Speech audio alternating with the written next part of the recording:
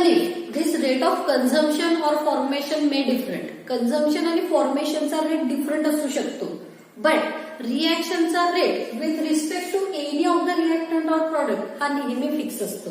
म्हणजे rate of reaction with respect to A is equals to rate of reaction with respect to B is equals to rate of reaction with respect to C हा नेहमी same राहणार. म्हणून rate of reaction काढतात कसं ते पहा.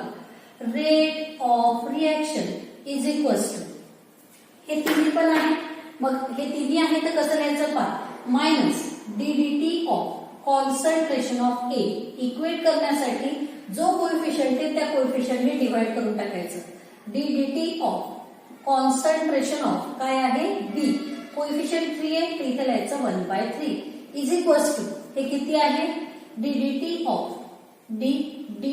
Of concentration of C किती times आहे 2 टाइम्स, तर इथे कोएफिशियंटने डिवाइड करायचं 2 ने. मीन्स पूर्ण काय झालं rate of reaction is equals to, समजलं दिसत आहे ना बोर्डवरचं. मग rate of reaction is constant with respect to any of the reactant and product and it can be obtain by dividing the respective coefficient. जो रिस्पेक्टिव्ह कोएफिशियंट आहे त्या respective कोएफिशियंटने त्याला डिवाइड करायचं. ओके, आता रिएक्शनचा rate with respect to A is equals to with respect to B is equals to with respect to C असा झाला. खूप चांगलं समजण्यासाठी आणखी एक मजेदार गोष्ट पहा.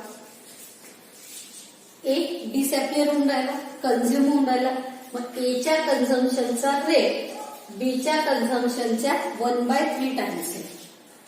किंवा बीचा पाहिजे असेल तर 3 ला इकडे टाका, म्हणजे काय झालं rate of consumption of B हा 3 इकडे घेऊन गेलं म्हणजे काय झालं rate of consumption of B is equals to 3 times rate of consumption of ए.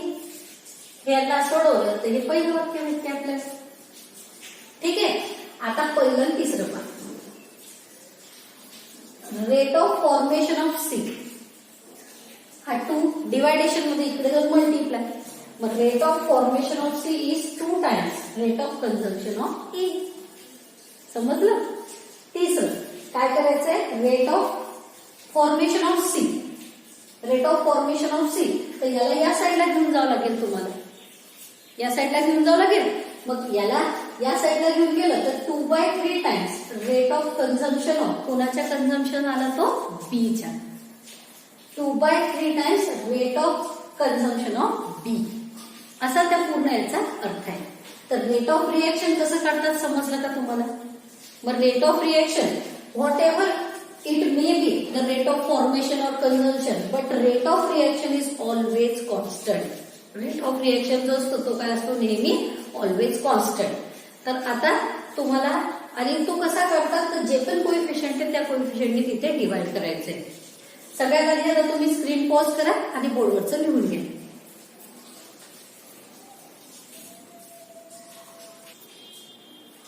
झालं बोर्डवरचं लिहून.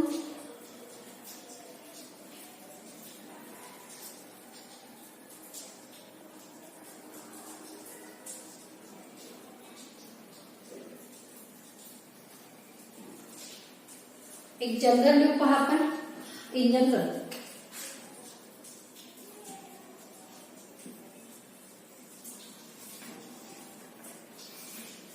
हे लिहून घ्या. हे काय लिहून दिलं मी तुम्हाला. How to find rate of reaction. General पहा. एक एग्जाम्पल घेऊ. Small A capital A plus small B capital B it gives small C capital C plus small D capital D. आता तुम्हाला काढायचं आहे रेट ऑफ रिएक्शन.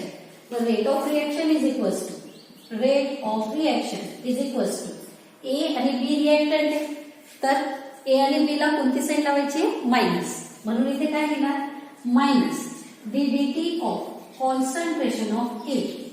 कोएफिशियंट काय small A याने divide करून टाका equal to minus DDT of concentration of B. Coefficient कोणता आहे स्मॉल बी खाली लावून टाका is equals to plus DDT of concentration of C. Small C equal to plus ddt of concentration of B small d. समजलं? म्हणून हे पण इथपर्यंत कम्प्लीट करायचं.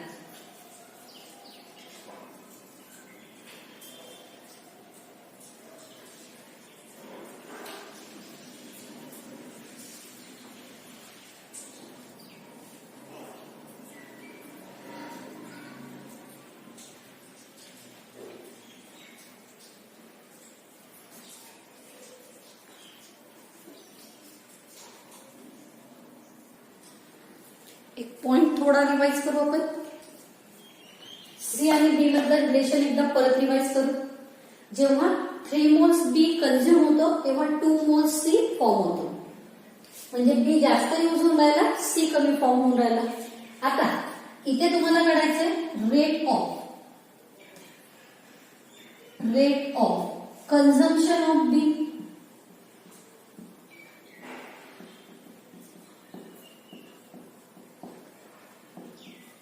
काय काढायचंय? Rate of consumption of B in terms of C काढू आपण. आणि rate of formation of C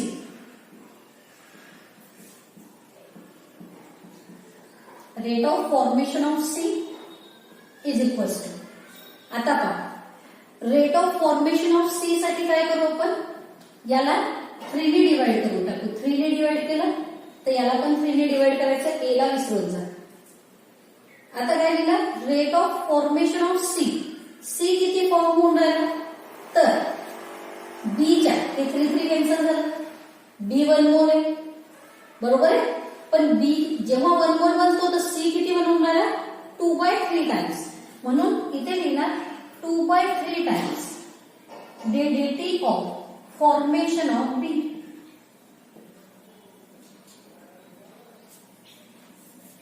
समजलं? आता similarly rate of consumption of B. बीच्या कन्झम्पशनचा रेट पहा. मग बीला कन्झ्युम जेव्हा करायचंय तेव्हा इन टर्म्स ऑफ सी म्हणायचंय, तर इथे 2 ने डिवाइड करून टाकू. बी कसा कन्झ्युम होऊन राहिला? तर जेव्हा सी 1 मोल होतो तेव्हा बी किती होऊन राहिला? 3/2 टाइम्स सी. म्हणून इथे काय लिहू शकतो? 3/2 times ddt of concentration of C.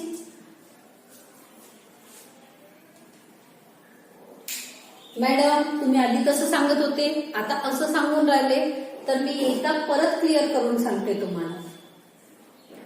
ज्याच्या टर्म्स मध्ये रेट काढायचा आहे. जसं इथे तुम्हाला जेव्हा पण तुम्ही रेट काढला, तुम्ही बीचा रेट ऑफ कन्झम्पशन ऑफ बी काढला, इन टर्म्स ऑफ ए काढायचा होता. तर ज्याच्या टर्म्स मध्ये काढायचा तो जर 1 मोल असेल तर काढणं खूप सोपं जाते. याचा अर्थ काय की जेव्हा 1 मोल ए गायब होऊन राहिला तेव्हा बी किती होऊन राहिला? ए च्या 3 टाइम्स.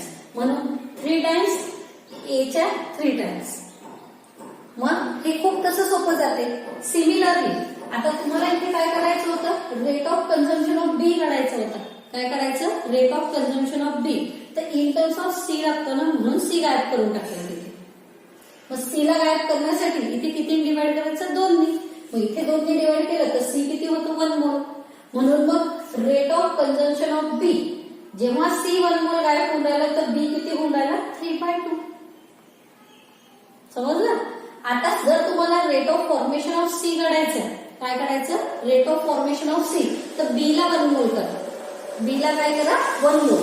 मग बी ला 1 मोल करण्यासाठी 3 ने डिवाइड करा. कितीने डिवाइड करा? 3. आणि म्हणून हे 2/3 टाइम्स सी. 2/3 टाइम्स काय आलं? हे 3/2 टाइम्स येते. म्हणून rate of formation of C is 2/3 times B. असा त्याचा अर्थ होतो. याला आणखी क्लिअर खूप चांगलं समजून घेण्यासाठी मी एक एक्झाम्पल घेते बोर्डवर, तुम्ही ते पहा. मग तुमचं कन्फ्युजन जे आहे ते अवॉइड होऊन जाईल.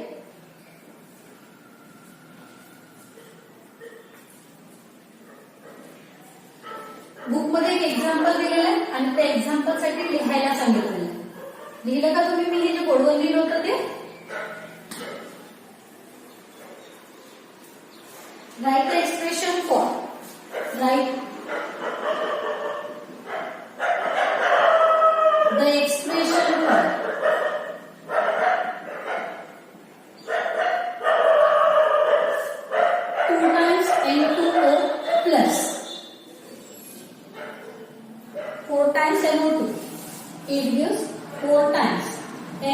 NO2 प्लस सोबत काय तयार होतं ते पहा O2.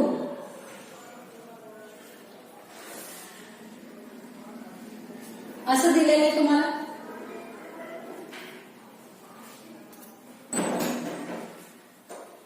चला रिएक्शन बॅलन्स करून घेऊ एकदा. बुकमध्ये थोडीशी रॉंग दिलेली आहे.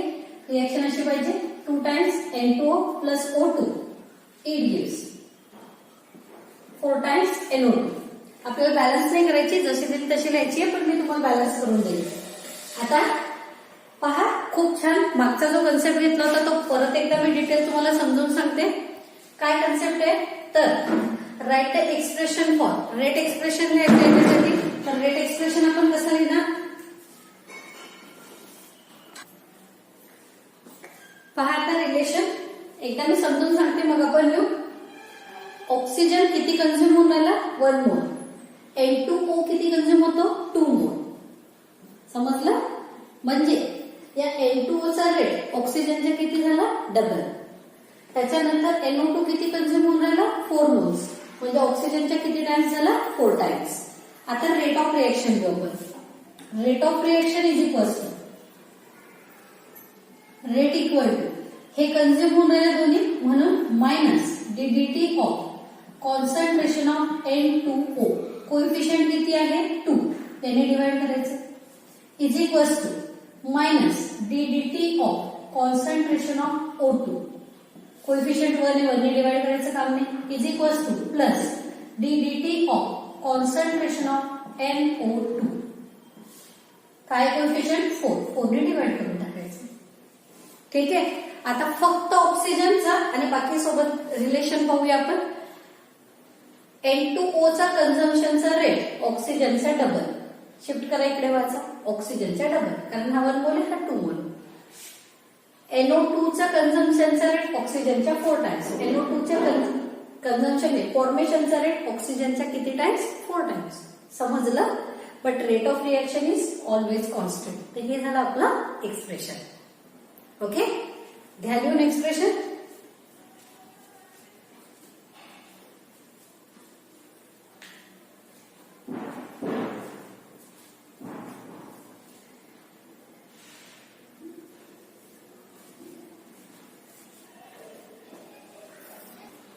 एक एक्झाम्पल आहे बोर्डवर आणि या एक्झाम्पल मध्ये व्हॅल्यूज पुट करून आपल्याला हे सोडवायचं आहे. न्यूमेरिकल म्हणू शकता. एक रिएक्शन आहे 2 times N2O5 it gives 4 times NO2 plus O2 in liquid bromine. N2O5 disappears at the rate of 0.02 mole per dm cube per second. At what rate NO2 and O2 are formed? What would be the rate of reaction? आता एक काम करू आपण. Given काय दिलेलं आहे तुम्हाला DDT of concentration of N2O5 असंच ना. काय म्हटलेलं आहे N2O5 disappears at the rate of म्हणजे N2O5 चा डिसअपिअरन्सचा रेट दिलेला आहे 0.02 मोल पर डीएम क्यूब पर सेकंड. ठीक आहे. आता रिएक्शनचा रेट आणि बाकी जितके पण दिलेले आहे या सगळ्यांसाठी तुम्हाला काय करायचं आहे रेट काढायचं आहे. आता आपण काय करू ते पहा.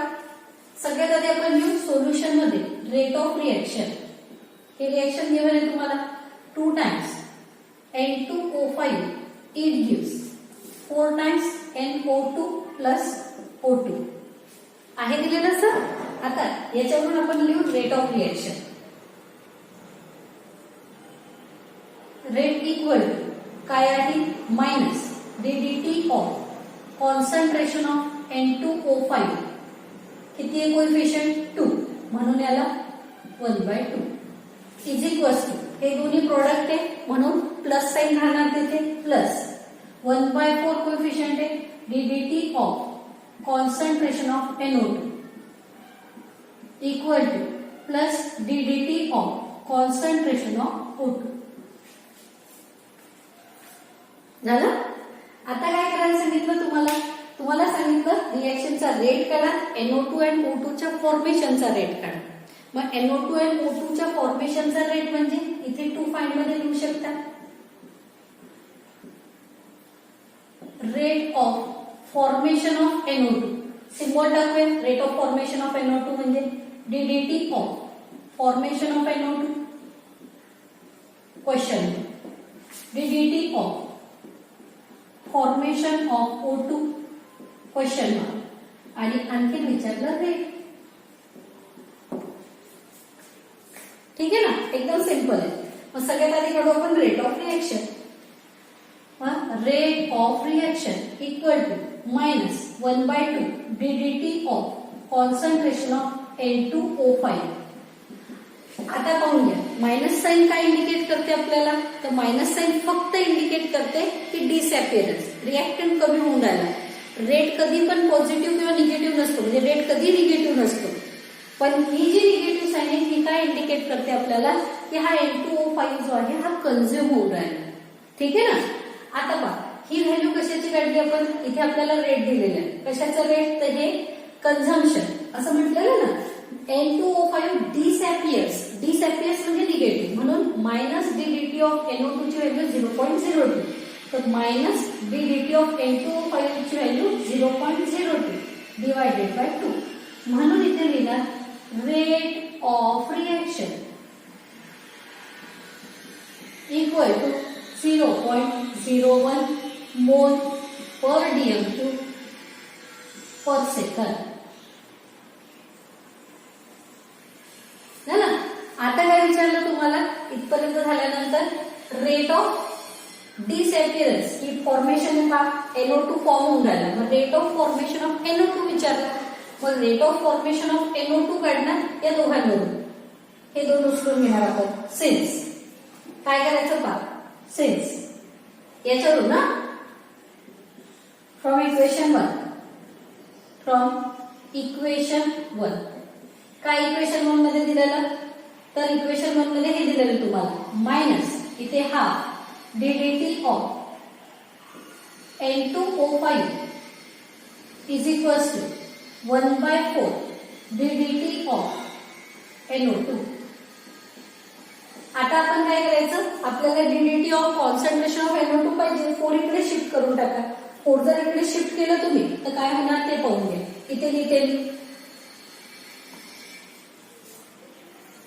चला शिफ्टिंग करा. मग जर शिफ्टिंग केलं आपण तर काय शिल्लक राहणार आपल्याजवळ, इथे असं शिल्लक राहते 4/2 minus DDT of concentration of N2O5 is equals to DDT of concentration of NO2. आता याची व्हॅल्यू ठेवा. मायनस डीडीटी ऑफ N2O5 ची व्हॅल्यू माहिती तुम्हाला 0.02. म्हणून हे 4 into 2 multiplied by 0.02 is equals to ddt of NO2. हे गेलं 0.01 म्हणजे rate of formation of NO2 is equals to 0.04 मोल पर DM³ पर सेकंड. आलं का लक्षात कसं काढलं? काहीच नाही, फक्त इक्वेशन 1 मधल्या त्या दोन टर्म्स उचलून घेतल्या. आता इक्वेशन 1 मधून ऑक्सिजन साठी जर काढायचं असलं तर कसं काढणार, फ्रॉम इक्वेशन 1 सिन्स काय म्हणणे त्याचं, DDT of O2 is equals to 1/4 DDT of concentration of NO2 is equals to 0.04 divided by 4 म्हणजे आलं 0.01 mole per DM³ per second. इतकं सिंपल. ओके, परत सांगायचं आहे का, तुम्ही एकदा लिहून घ्या मग मी तुम्हाला परत सांगते.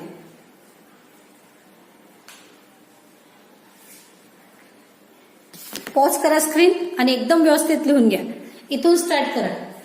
हे प्रॉब्लेम आहे, हे झालं की त्याच्यानंतर गिव्हन, नंतर टू फाइंड, इथून सोल्युशन.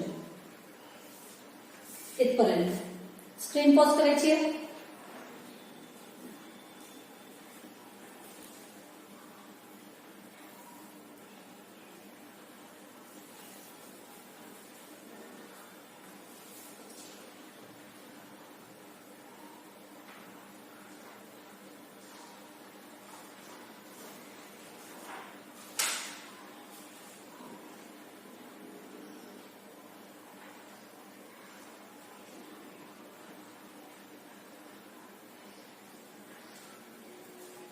पहा एकदा परत. सगळ्यात आधी रेट ऑफ रिएक्शन कसं लिहित असतात, तर जी रिएक्शन असते त्या रिएक्शन मध्ये DTT of concentration of reactant आणि प्रोडक्ट हे घेऊन घ्यायचे. जे पण कोएफिशियंट आहे त्या कोएफिशियंटने डिवाइड करायचे. इथे कोएफिशियंट 2 आहे म्हणून 2 ने डिवाइड मायनस साइन घेतली. इथे कोएफिशियंट 4 आहे आणि इथे 1 आहे तर 1 लिहिलं. ठीक आहे.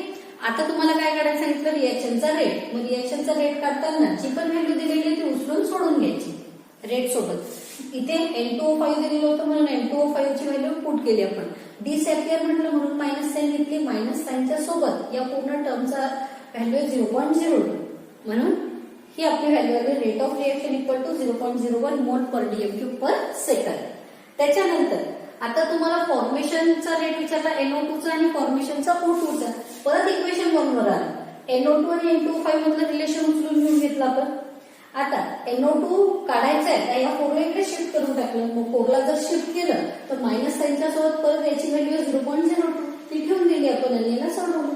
सिमिलरली आता NO2 आणि O2 मधलं रिलेशन पाहून घ्या. मग O2 साठी जर काढायचं आहे तर NO2 ला 4 लावलेला आहे तर 4 ने डिवाइड केलं तर आपल्याला गिव्हन व्हॅल्यू भेटली. समजलं. तर आजचा व्हिडिओ जो आहे हा तुम्हाला 2 टाइम्स पाहायचा आहे. कारण काय होते, एकदा आपण लिहितो परत जेव्हा सांगितलं जाते ना तर एखाद्या वेळेस काही वर खाली जर झालं तर ते समजून तुम्हाला व्यवस्थित लिहून घ्यायचं आहे. आणि काही डाऊट डिफिकल्टी असेल तर पर्सनल मेसेज करायचा आहे तुम्ही मला. समजलं. तर मी ती गोष्ट तुम्हाला परत समजून सांगणार आहे. याच्यावरचे आणखीनही काही जे एक्झाम्पल्स आहेत ते एक्झाम्पल्स आपण सोडवणार आहे. तुम्हाला होमवर्कसाठी सुद्धा देत आहे.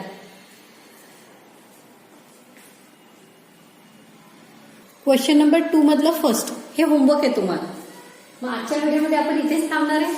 परत नवीन कन्सेप्ट सोबत उद्या भेटूया. So bye. Have a nice day. Thank you.